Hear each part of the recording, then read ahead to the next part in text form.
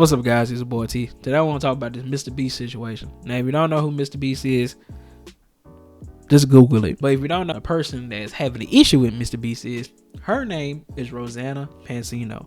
Rosanna Pansino is a YouTuber with about 14.5 million subscribers. She used to be well known before YouTube had changed its ways recently. Back in like 2015, 2012, I guess you could say. I know it's a big jump. Around that time, she was well known. She has 2 videos with Markiplier. She got a video with Matt Pat.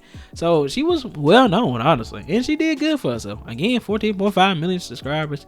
She has a crafts, a do-it-yourself DIY DIY channel and a baking channel, and she also posts music too, apparently, and that kind of leads into why I'm making this video. So if you don't know, Rosanna had a problem with MrBeast, and the reason she had a problem because MrBeast posted a video about a year ago. This was December 18, 2021, and about a month or two it would be the anniversary of this video. 2 years ago, pretty much, there was a video called Extreme $1 Million Hide and Seek. Premise of it was 10 creators that came together to play hide and seek. They played hide and seek in this giant stadium, and whoever won had got $1 million.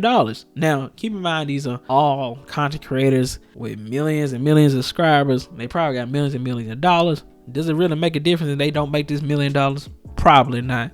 However, the money was supposed to be going towards giving back to your fans or giving back to charities or whatever. It was really up to you what you want to do with the $1 million. So if you did want to keep it yourself, you could, but you just look bad because you got millions of subscribers, which you mean you need more money. You can use it for whatever you want. I'm pretty much give a gist of the situation. This is my 3rd time trying to give you a gist of it. I'm trying to tell you all the most important parts. Pretty much what happened was she was in this Creator Games 3. It was hosted by YouTube at the SoFi Stadium, and they filmed for about a day, 24 hours. What she said, she has an issue because in the final product, the final video that got released, it showed that she got 4th place. It showed her in a bad spot. It showed her in a spot that she didn't actually get. And the reason she has this feeling and why she's upset about this is because MrBeast states that all his videos are real, authentic, but she feels that MrBeast deliberately tried to show it in a bad light. I would like to mention that, again, this is hide and seek. It's not that big of a deal. I don't think he would actively trying to make you look bad. And it's not me being mean. This is me being like, it's trying to let y'all understand like how I feel on this situation. It would not benefit MrBeast to tamper with your placement. However, what I will say is I feel if he did, and if he does, which he did, let's keep it real, everything points out to be that he did tamper with it. However, what I will say is MrBeast is a person. He's a businessman. He's Jay-Z. He a businessman. He do everything for business. He want to make the best quality videos. So if he feels something needs to be changed, something needs to be changed. As a creator, as a curator, or whatever, there's sometimes whatever happened in the original video, the original filming of it, sometimes just doesn't end up in the actual final product. It just happens sometimes. Sometimes plans change, sometimes thought process change. And what I will say about this, MrBeast should have came in contact with her and told her, hey, something's going to be changed up. I feel like if you're doing business with anybody, you should let them know what's going on. And it's kind of shady business practicing. I'm not saying he purposely did it. I'm not saying he was trying to do that on purpose. I'm just saying if you're doing business with somebody or you're making a video with somebody, just let them know like, hey, this is being changed. It's not going to end up the same way that it probably happened in real life. However, this is for all intents and purposes, all fun and games at the end of the day. And I feel like he should have did it. I think he should have just came in contact with the people in the video and said, hey, some things are going to be changed, but I'm doing it because I want the best return on this. Again, as I've stated many times before, there's nothing wrong doing YouTube with money, and if we keep it real, MrBeast does YouTube for money. However, he also does it because he loves content creation at the same time. So he loves making money. He loves content creation. It's a good combination, right? So I feel MrBeast, again, he could have said something about that. However, I don't think it's okay for her to write this whole essay trying to expose MrBeast about lying about placement in a video that's all about hide and seek at the end of the day. I'm gonna read some of this essay so y'all can understand some context before I get into it. In the third paragraph of this essay, she says, for the entire duration of filming, we all wore earpieces connected to walkie-talkies. They would announce in our ears when someone had been found or when we had to move hiding spots. If we didn't move, you were immediately disqualified. While I was still hiding, they announced that they found Logan Paul. I couldn't believe I outlasted him. He's a fierce competitor. It was getting really late. We filmed for over 24 hours straight, and they eventually offered me money to come out of hiding and quit.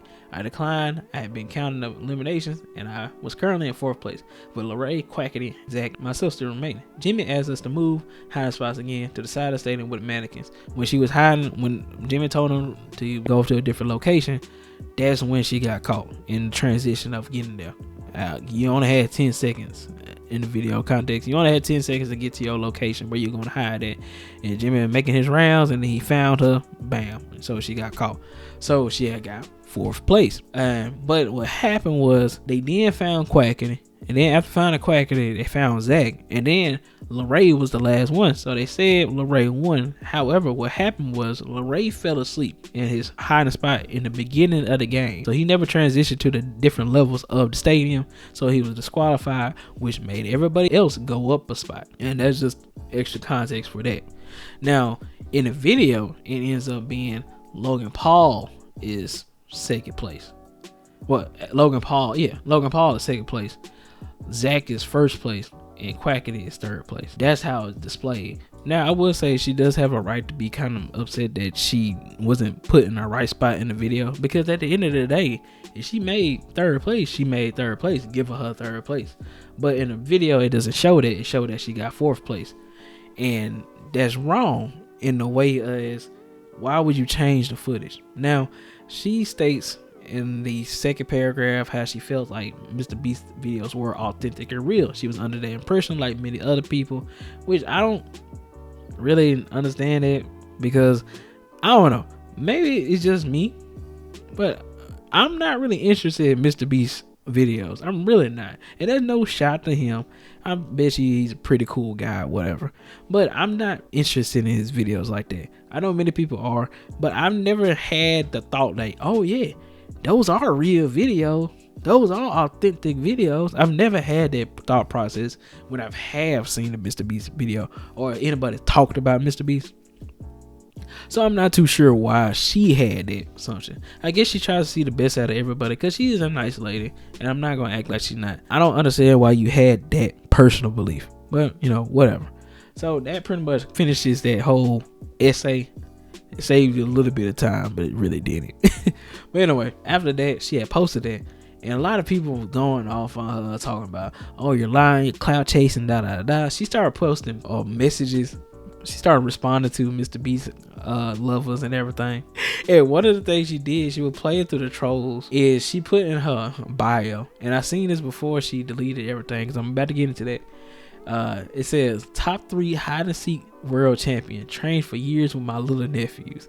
She tried to like speak to the trolls or whatever, but this just it's just not nice. That just wasn't the best thing to do. Another thing I do want to say about this, with that message that she sent, that she put on Twitter, she had also added YouTube, which she added YouTube, MrBeast, Logan Paul. I don't understand why she added these people like they were going to police this whole situation. This is something that y'all are adults, you know, y'all settle this. This is not a big deal.